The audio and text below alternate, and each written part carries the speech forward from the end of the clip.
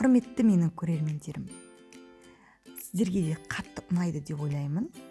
Себебі өте жеңіл, тез жасалады тушеная капуста. Сіздер де жасап көріңіздер. Мен сәбіз ештеңе қоспаймын.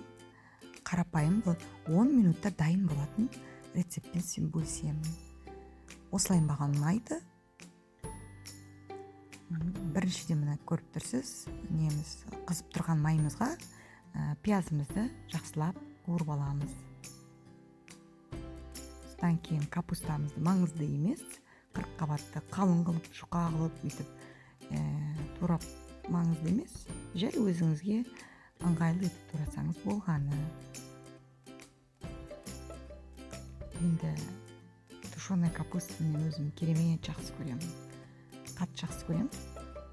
Мына жақта менде еще картошка пісіп жатыр, себебі қазір пирожки жасаймын майға, карась қуырамын. Ушым менің отбасыма пісіріп отыратын обед керемет болады. Тұз қостым кішкене, көріп тұрсыздар. Үстіне дәмдеуіштер қосасыздар, өздеріңіздің қалауыңыз бойынша. Бірақ қарап жүрдім, міндетті түрде қосыңыздар, дәмді шығады. Қайнаған су құйып жібереміз. Болды, бетін жауып, бұлғап бетін жауып қоямыз. Дайын болғанда аласыздар. Міне дайын болды.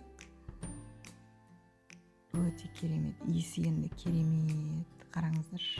Енді бұның үстін әсемдеуім керек. Ол үшін мен бақшама жүгіріп бардым да өзімнің ауламда шығып тұрған, өсіп тұрған укроптарымды жұлып, шұлқылап, шыңғыртып жұлып алдым.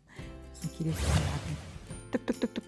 Мен қарасам пияздарым да шығып қалыпты, жуаларымды түк деп суырып желкелерден жеттей жұлып алдым. Бәрін үйге алып келгенде тұрап, жаңағы тушеная капустамды әдемілеп, әсемдеп, бетіне укробын шашып, жаймен қараңыздар.